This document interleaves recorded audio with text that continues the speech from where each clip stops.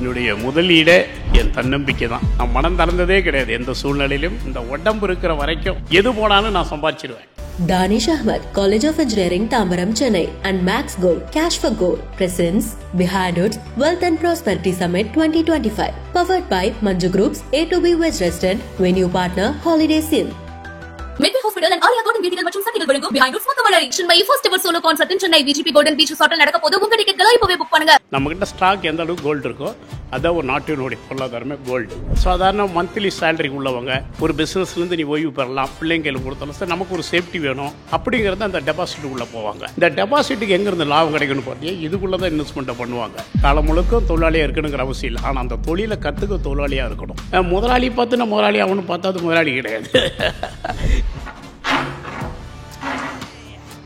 உங்களுடைய முதலீடு எது அப்படின்னு வந்துருக்கு சார். இப்போ நீங்க சேலம் ஆர்ஆரோட ஓனர் இல்ல, ஹோம் மேக்கரா இருக்கீங்க. 5000 rupees தான் சேவ் பண்றீங்க. இந்த பணத்தை ஒரு 10 லட்சம் 20 லட்சம் 50 லட்சம் டு 1 கோடியா எப்படி நீங்க பெருக்குவீங்க? சாதாரண மனிதன் இதான் என் வாழ்க்கை இப்படி தான் தொடங்குச்சு. தொடங்கத்தை தான் நீ கேட்டிருக்கிறீங்க.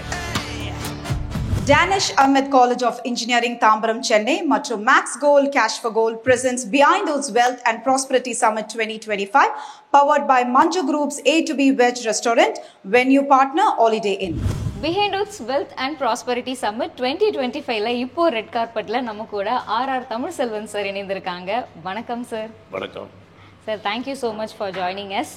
ஒரு சின்ன கேம் வச்சுருக்கோம். இந்த பக்கம் நிறைய முதலீட்டுக்கான ஆப்ஷன்ஸ் இருக்குது. நீங்கள் முதலீடு பண்ணணும் அப்படின்னா எதுக்கெல்லாம் முக்கியத்துவம் கொடுப்பீங்க அப்படின்னு நாங்கள் தெரிஞ்சுக்க போகிறோம். ஸோ பார்த்துடலாமா? கண்டிப்பாக.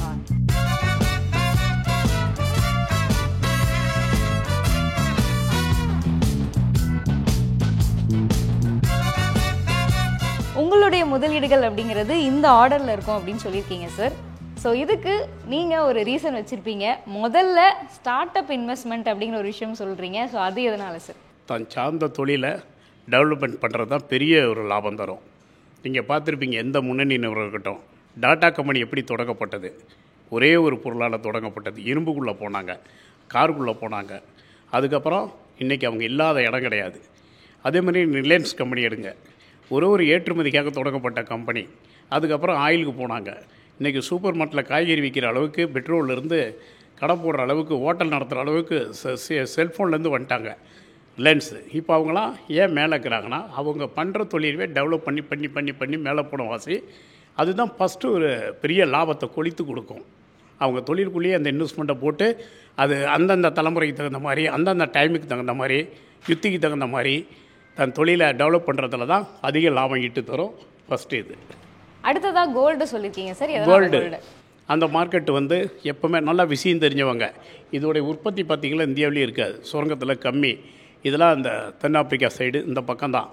அந்த பக்கத்தில் இருக்கிற அந்த கோல்டு உற்பத்தி ஆகக்கூடிய சுரங்கங்களை எடுத்து அங்கே ரேட்டு கம்மி. அது நல்ல விஷயம் தெரிஞ்சவங்க கொண்டு வந்து தான் இன்னைக்கு கோல்டு பிஸ்னஸ் ஒரு நாட்டையே நிர்மாணம் பண்ணி கொடுப்பது. எந்த அளவுக்கு ஒரு கோல்டு யார் கையில் அதிகமாக இருக்கோ அவங்க தான் பொருளாதாரத்தில் உயர்ந்தவங்கன்னு ஒரு கருத்தே உண்டு. அது நல்லா தெரியும், தெரிஞ்சவங்களுக்கு தெரியும், விஷயம் தெரிஞ்சவங்களுக்கு. நம்மக்கிட்ட ஸ்டாக் எந்த அளவுக்கு கோல்டு இருக்கோ அதுதான் ஒரு நாட்டினுடைய பொருளாதாரமே கோல்டு. அடுத்து ரியல் எஸ்டேட்டு. இது விஷயம் தெரிஞ்சவங்க பண்ணணும். தெரிஞ்சவங்க பண்ணும்போது தான் இன்றைக்கி எவ்வளோ பெரிய நிறுவனமும் ரியல் எஸ்டேட்டில் இருக்குது. தமிழ்நாட்டிலையும் தெரிஞ்சுக்கலாம், நீங்கள் உலகளவுலையும் தெரிஞ்சுக்கலாம். இங்கேருந்து நடக்கக்கூடிய ஐடி கம்பெனி பிஸ்னஸ்லேயே எந்த லேண்ட்டு எந்த ஊரில் கம்மியாக இருக்கும், என்ன வரப்போகுதுங்கிறத தெரிஞ்சு நல்ல புதுசாலிங்க அங்கே இன்வெஸ்ட்மெண்ட் படி அதை டெவலப் ஆக்குவாங்க. இதில் அதிக லாபம் பெற்றுத்தரும். இதுதான் என்னுடைய இது ஃபஸ்ட்டு. அதுக்கப்புறம் இருக்குது ஃபிக்ஸடு மந்த்லி. இதெல்லாம் இந்த சாதாரண மந்த்லி சேலரி உள்ளவங்க ஒரு பிஸ்னஸ்லேருந்து நீ ஓய்வு பெறலாம், பிள்ளைங்களுக்கு கொடுத்தாலும் சார் நமக்கு ஒரு சேஃப்டி வேணும் அப்படிங்கிறது அந்த டெபாசிட்டுக்குள்ளே போவாங்க. இந்த டெபாசிட்டுக்கு எங்கேருந்து லாபம் கிடைக்கணும்னு பார்த்தீங்கன்னா இதுக்குள்ளே தான் இன்வெஸ்ட்மெண்ட்டை பண்ணுவாங்க. வேறு எங்கேருந்து அவங்க டெவலப் ஆக்க முடியாத. அதனால் இதுதான் உலகம். இதுதான் என் கருத்து. சார், நீங்கள் பிஸ்னஸ் பற்றி சொல்லியிருந்தீங்க இல்லையா? டாட்டாவில் ஒரு ப்ராடக்ட்டில் ஆரம்பித்தாங்க, இன்றைக்கி மல்டிபிள் ப்ராடக்ட் பண்ணுறாங்க. அதே மாதிரி ரிலையன்ஸும் சொல்லியிருந்தீங்க. பொதுவாக இப்போ தொழிலில் வரணும்னு நினைக்கிறவங்க தன் சார்ந்த ஒரு தொழிலோடையே தன்னை நிறுத்திக்கிறது நல்ல விஷயமா, இல்லை மற்ற தொழில்கள்லையும் அவங்க விரிவாக்கம் பண்ணலாம்? அது காலத்தில் அவங்க பின்பலம், அவங்க தலைமுறையில் கிடைக்கக்கூடிய ஆள் மேனேஜ்மெண்ட்டு, அந்த மேனேஜ்மெண்ட்டு நேர்மையானதாக இருக்கான்னா அது தளர்ந்து துளுத்துக்கிட்டே போயிட்டுருக்கோம். ஓரளவு அதில் ஒரு ஊழலோ இல்லை ஒரு பின்னடைவோ இல்லை அவங்களுடைய பிள்ளைகளோ இந்த மாதிரி நம்பினவங்க அதை சரியாக பண்ணலைன்னா பின்னடைவு ஏற்பட்டு விடும். அது வந்து அவங்க அதிர்ஷ்டத்தை பொறுத்து, நிர்வாகத்தை பொறுத்து, அவங்க அமைக்கிற ஆட்களை பொறுத்து, அந்த ஆற்றலை பொறுத்து தான் அந்த நிர்வாகம் வளரும்.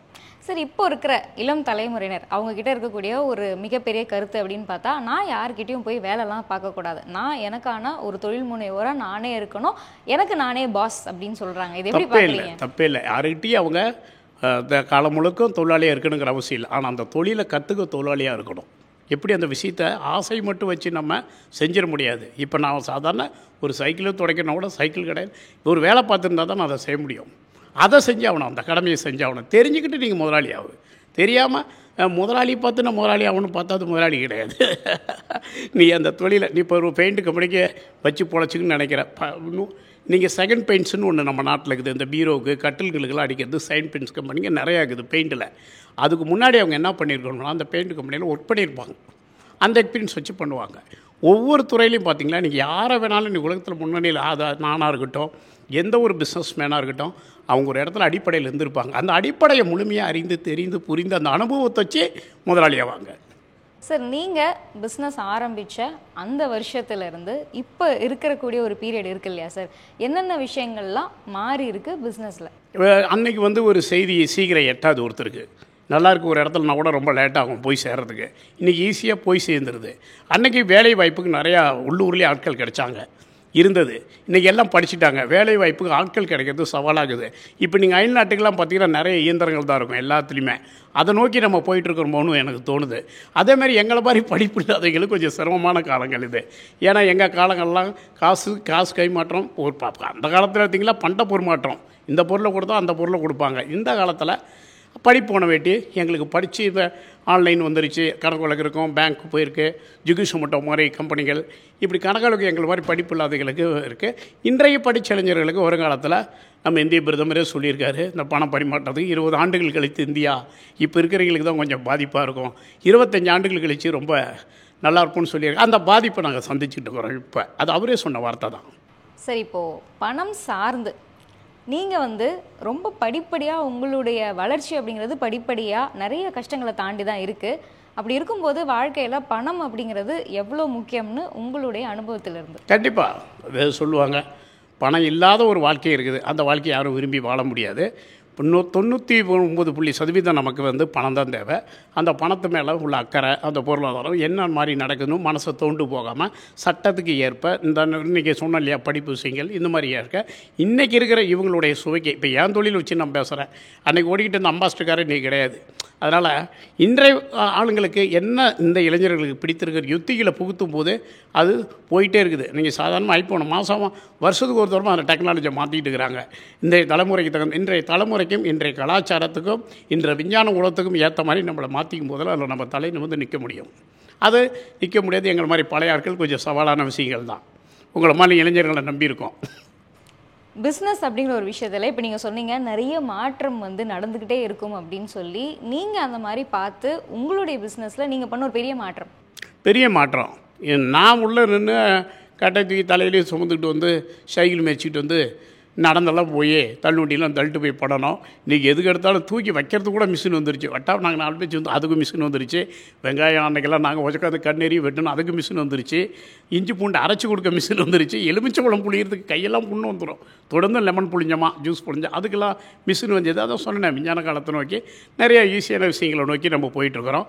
இதெல்லாம் நேற்று டெக்னாலஜியாக இருக்குது. பில்லு அப்படின்னுக்கெல்லாம் கையில் வச்சு எழுதணும். நாங்கள்லாம் சப்பலை பார்த்துட்டு ஹோட்டலில் வேலை செய்யும்போது பில் போடுறோம் பண்ணு போயிடுவார், டென்ஷன் ஆகிடுவார். 2 இட்லி ஊற்றப்போம் பில் போடு, இன்னொருத்தன் காப்பி டீ 2 இட்லிம்மா, ஒருத்தர் தான் எழுத வச்சுருப்பாங்க. அதெல்லாம் போய் இன்றைக்கி தட்டனா கம்ப்யூட்டரில் வந்துடுது. கணக்கு வழக்கு படித்தவங்க கம்ப்யூட்டரில் பார்த்துக்கிறாங்க.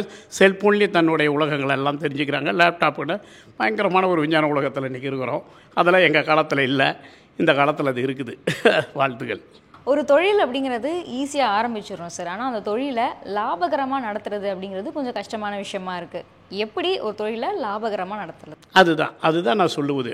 ஃபஸ்ட்டு ஒரு தொழிலில் ₹1 போட்டு ₹1 எடுக்கிறது ஒரு சிரமம். அந்த ₹1 ₹2 லாபம் வச்சிருக்கிறது இன்னொரு சிரமம். இதை தக்க வைப்பதும் அதுக்கப்புறம் அதை மக்களிடத்தில் கொண்டு போய் விதைத்து பல பேர் உருவாக்குவதும் இதை நான் பண்ணிட்டேன். காரணம் அது மேலே உள்ள அக்கறை. சமூகத்தின் மீது உள்ள அக்கறை, அந்த பொருள் மீது உள்ள தரம் குறையாத பார்த்துக்கொள்வது, சுவை குறையாமல் பார்த்துக்கொள்வது. அது சுவைனாது காராகட்டும் எதுவாக இருக்கட்டும், அதோடைய தரம் தெரியாமல் எந்த அளவுக்கு தரத்தை உயர்த்தி மாடல்களை உயர்த்தி இன்றைய காலத்துக்கும் இளைஞர்கள் ஏற்றதை போல் நம்ம கொண்டு போயிட்டுருக்கிறோமோ அந்த அளவுக்கு அதை நம்ம காப்பாற்றி கொள்ளலாம். சரி, இப்போது பிஸ்னஸ் பொறுத்த வரைக்கும் நீங்கள் சொன்னீங்க ₹1 ₹2 மாற்றுறது, ₹2 ₹4 மாற்றுறது அப்படின்னு. இப்போ இதிலிருந்து வர பணத்தை இந்த பிஸ்னஸ்லேயே போட்டு பிஸ்னஸை விரிவுபடுத்தலாமா, இல்லை இதிலிருந்து வேறு இந்த பணத்தை வெளியில் எடுத்து செலவு பண்ணுறாங்க? அதுக்கு முதல் கேள்வியிலேயே சொன்னேன், அது தங்கத்தில் கொஞ்சம் வாங்கி வைக்கலாம், நிலத்தில் போடலாம், இல்லை ஆட்கள் நல்லபடியாக இருந்தால் அடுத்தடுத்து அது விரிவுபடுத்தலாம். அதை சார்ந்த இப்போ நான் சிக்கனை வெளியில் வாங்குகிறேன், நானே ஒரு சிக்கன் ஃபார்ம் வைக்க ஆசைப்படலாம். நான் மட்டன் வாங்க வெளியிலேருந்து எடுக்கிறேன், நானே மட்டன் எடுக்கிறேன். அரிசின்னு ஒரு கடையில் வாங்கிட்டு இருக்கிறேங்க, நானே போய் பஞ்சாபில் நேரடியாக வாங்க ஆசைப்படுவேன் இல்லைங்களா? அந்த மாதிரி இப்போ முட்டை நான் வாங்கிட்டு இருக்கிறேன், அந்த முட்டைக்கோழி பண்ண வைக்கலாம். இப்படி நம்ம விஸ்தரிப்பு பண்ணலாம் அந்த பணத்தை. அது சரியான முறையில் சரியான ஆட்கள் வச்சு பண்ணனா இப்படி பண்ணும்போது இன்னொரு லாபம் நமக்கு கிடைக்கும். சார், நீங்கள் உங்களுடைய அனுபவத்தில் பணம் சார்ந்து கற்றுக்கிட்ட விஷயங்கள்? கற்றுக்கிட்டது எப்பவும் தொழில் விட்டுறக்கூடாது. காலை ஆட்டிக்கிட்டே தூங்கணும், கொஞ்சம் காலை ஆட்டெல்லாம் போச்சு, உழைச்சிக்கிட்டே இருக்கணும், ஓடிக்கிட்டே இருக்கணும், கவனிச்சுக்கிட்டே இருக்கணும். சுவையும் தரத்தையும் அவங்க தொழிலாளருடைய குறைகளையும் இந்த காலத்தையும் கவனித்துக்கிட்டே இருக்கணும். முக்கியமாக காலத்தை கவனிச்சுக்கிட்டு இருக்கணும். என்ன மாதிரி மாற்றங்கள் நாட்டில் ஏற்பட்டுட்டு இருக்குதுன்னு இதெல்லாம் கவனிக்கும் பட்சத்தில் நம்ம தொழிலை உண்மையிலே நிலைநிறுத்தி கொள்ள உதவும். சார், அடுத்ததான் நம்ம வந்து ஸ்பின் வீல் செக்மெண்ட்டுக்கு போகிறோம்.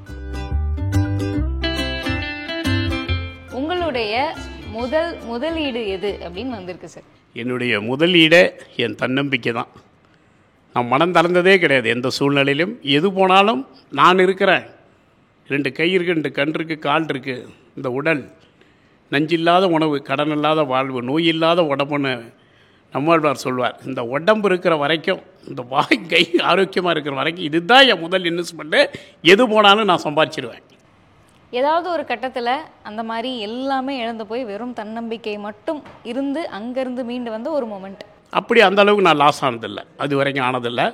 எப்பவுமே ஒரு சேஃப்டியோடு இருந்திருக்கேன். என்னுடைய கட்டமைப்பை கரெக்டாக, ஒரு அஸ்திவாரம் சரியாக இருந்தால் தான் கட்டமைப்பு இருக்கும். ஒரு பூமியை செது நோக்கி தான் சில கட்டடங்களை கட்டுவாங்க. ஏன் தொழிலையும் சில சரிவுகள் வரும் நான் எதிர்பார்த்துருப்பேன். அதனால் என்னை சரி பண்ணி கொள்வது ஈஸி தான். சரிவுகள் என்ன அழிக்கவில்லை, தாக்கி இருக்குது, அவ்வளோதான்.